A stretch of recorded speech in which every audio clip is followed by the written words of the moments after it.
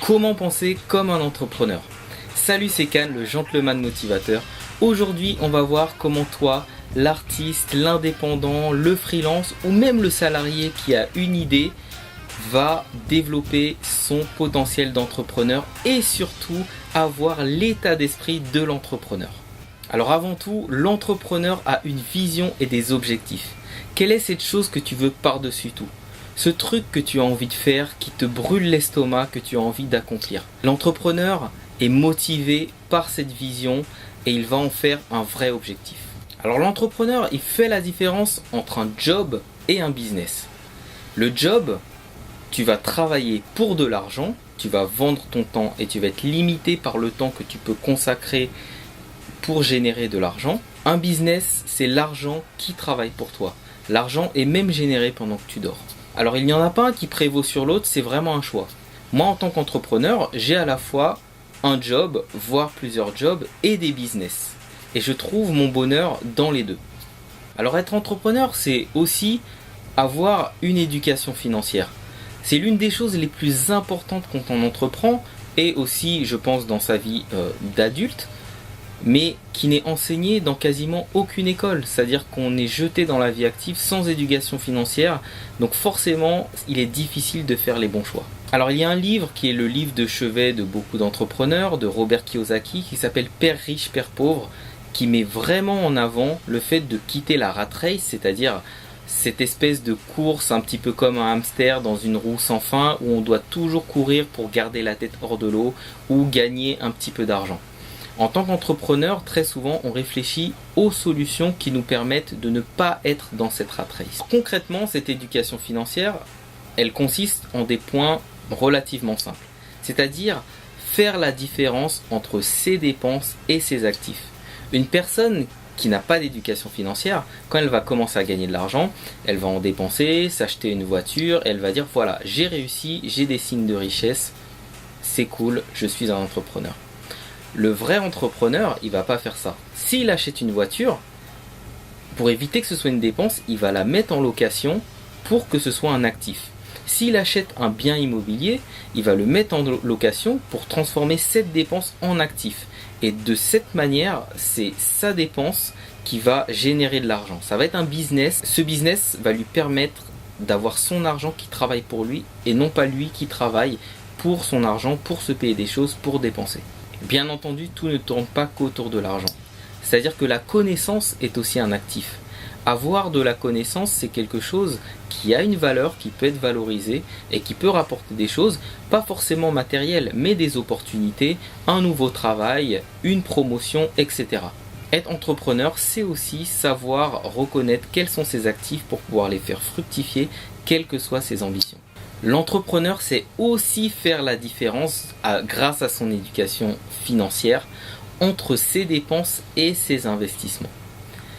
Effectivement, dépenser pour se former, c'est aussi investir en soi, investir dans son futur, investir dans son développement, investir dans sa connaissance.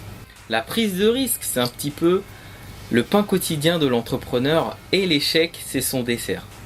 Alors, il faut dédramatiser l'échec. L'échec, ça fait partie du chemin normal de l'entrepreneur. Et on apprend avec ses échecs. D'ailleurs, Winston Churchill disait « Le succès, c'est d'aller d'échec en échec sans perdre son enthousiasme. » Et ça n'a jamais été aussi vrai qu'en étant entrepreneur. Et en étant entrepreneur, on apprend à dédramatiser les échecs. Aller d'échec en échec, c'est aussi apprendre de plus en plus et devenir de plus en plus performant, de plus en plus efficace. L'entrepreneur apprend aussi à se relever de ses chutes et à ne pas être dans l'émotionnel. À pas dramatiser chaque échec, chaque chute, ça fait vraiment partie du chemin. Il faut être donc optimiste et surtout cultiver cet optimisme. Ça veut dire s'entourer de personnes qui sont aussi optimistes que soi et s'entourer de personnes qui nous ressemblent. Être entrepreneur, c'est aussi vivre l'entrepreneuriat, c'est aussi être tiré vers le haut. Ça veut dire aller vers des personnes qui sont comme soi et adopter le style de vie de l'entrepreneur. Aller dans des meet-up, rencontrer des personnes, entretenir un réseau et être vraiment dans la rencontre et dans l'échange.